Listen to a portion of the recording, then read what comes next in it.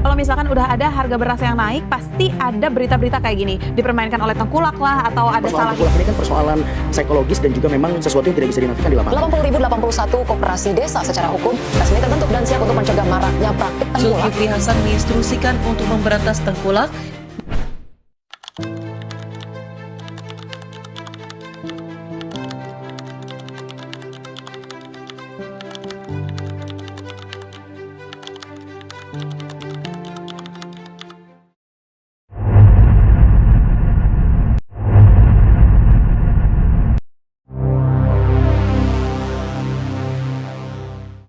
Pengepul hasil pertanian, atau yang biasa disebut tengkulak, merupakan penggerak pertanian Indonesia yang sebenarnya.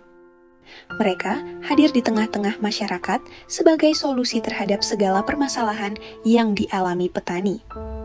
Penyedia modal, sarana produksi, hingga menampung hasil panen para petani. Petani tidak mungkin menanam suatu komoditas pertanian jika tidak ada tengkulak di sekitarnya.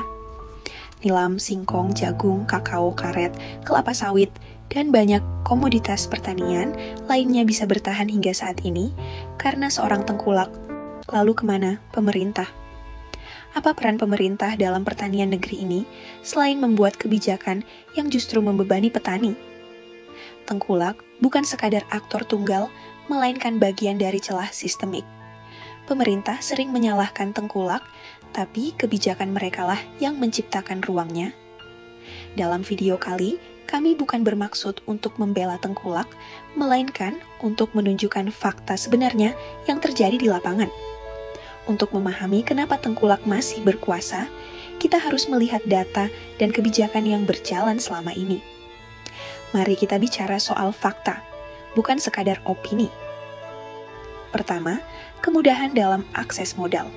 Petani di Indonesia menghadapi masalah klasik, modal tanam. Untuk mengajukan kredit usaha rakyat, KUR, petani harus punya jaminan, legalitas tanah, dan rekening aktif. Banyak petani tidak memenuhi itu semua. Akibatnya, tengkulak menjadi tempat pertama dan terakhir untuk meminjam modal. Tanpa bunga resmi, tanpa survei kredit, tanpa jaminan, hanya kepercayaan dan syarat, jual hasil panennya ke saya. Kedua, harga jual dan rantai distribusi yang tidak adil. Data BPS mencatat bahwa rata-rata pendapatan bersih petani hanya sekitar 1-2 juta rupiah per bulan. Itu pun kalau panen sukses. Ironisnya, harga komoditas sering jatuh di saat panen raya. Pola yang sama selalu terjadi. Petani dapat harga hasil panen yang murah, konsumen akhir beli dengan harga mahal, dan keuntungan besar berhenti di tengah rantai distribusi, yaitu tengkulak. Ketiga, kebijakan impor yang memukul produksi lokal. Inilah bagian paling kontroversial.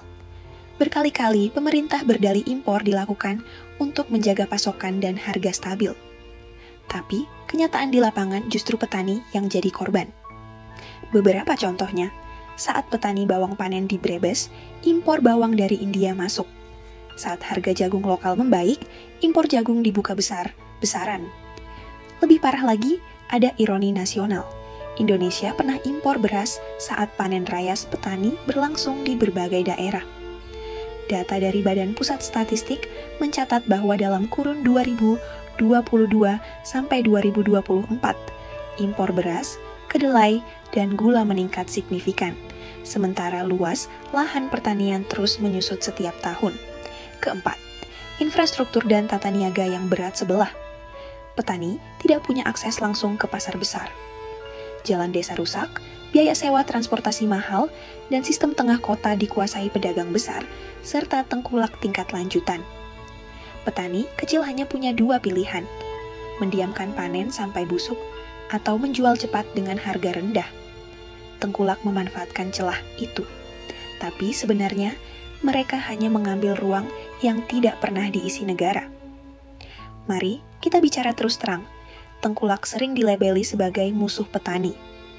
Tapi, kalau kita jujur, mereka hanyalah produk dari kebijakan yang gagal. Kenapa? Karena selama puluhan tahun, negara tidak pernah serius membangun sistem pertanian yang adil. Bayangkan, kalau akses modal mudah, petani tidak perlu pinjam ke tengkulak. Kalau distribusi pupuk lancar, petani tidak perlu beli dari tengkulak dengan harga lebih tinggi. Kalau Bulog benar-benar hadir di setiap desa, petani tidak perlu menjual panen tergesa-gesa. Kalau impor tidak sembarangan, harga panen lokal akan lebih stabil. Dengan kata lain, tengkulak bukan sebab, tapi akibat. Mereka ada karena negara absen. Mereka hidup karena kebijakan gagal. Mereka bertahan karena sistem resmi lambat dan rumit. Lalu siapa musuh petani sebenarnya? Bukan tengkulak, tapi kebijakan yang tidak berpihak. Mari kita lihat akar masalahnya. Pertama, pemerintah lebih fokus pada proyek jangka pendek, bukan pembenahan struktural. Food estate digembar-gemborkan, tapi gagal panen di banyak lokasi. Triliunan rupiah habis, sementara sawah rakyat semakin sempit. Kedua, politik pangan lebih dikendalikan oleh kepentingan impor daripada keberpihakan pada petani lokal. Importir besar diuntungkan, sementara petani kecil merugi. Ketiga, mentalitas pembangunan masih menempatkan petani sebagai objek, bukan subjek. Mereka hanya penerima bantuan, bukan pengambil keputusan. Akibatnya, kebijakan sering salah sasaran. Sementara itu, tengkulak diposisikan sebagai kambing hitam.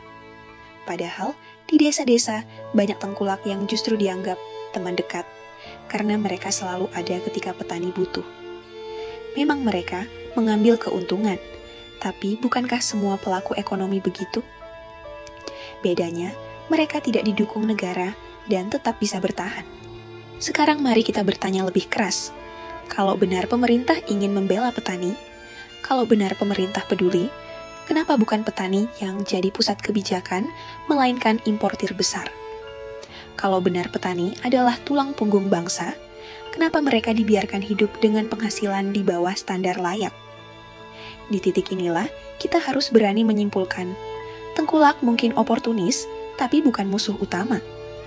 Musuh sejati petani adalah kebijakan yang salah arah. Petani Indonesia hari ini seperti berdiri di ladang subur yang terus diperas, tapi hasilnya dinikmati orang lain. Mereka dipuji sebagai pahlawan pangan, tapi dipaksa hidup dengan hutang dan harga murah. Dan ketika mereka berteriak, siapa yang datang pertama kali? Tengkulak. Sementara pemerintah, yang seharusnya jadi pelindung, justru sering hadir sebagai beban. Maka, wajar bila kita bertanya, apakah benar tengkulak musuh petani? Atau justru kebijakan pemerintahlah musuh yang sebenarnya? Jika negara ingin menjawab pertanyaan itu, solusinya sederhana. Hadirkan sistem yang adil. Mudahkan modal, perbaiki distribusi, hentikan impor sembarangan, dan jadikan petani pusat dari kebijakan pangan. Selama itu tidak dilakukan, jangan salahkan petani jika mereka memilih bergantung pada tengkulak. Karena di dunia nyata, tengkulak adalah teman terdekat. Sementara kebijakan pemerintah, musuh yang nyata.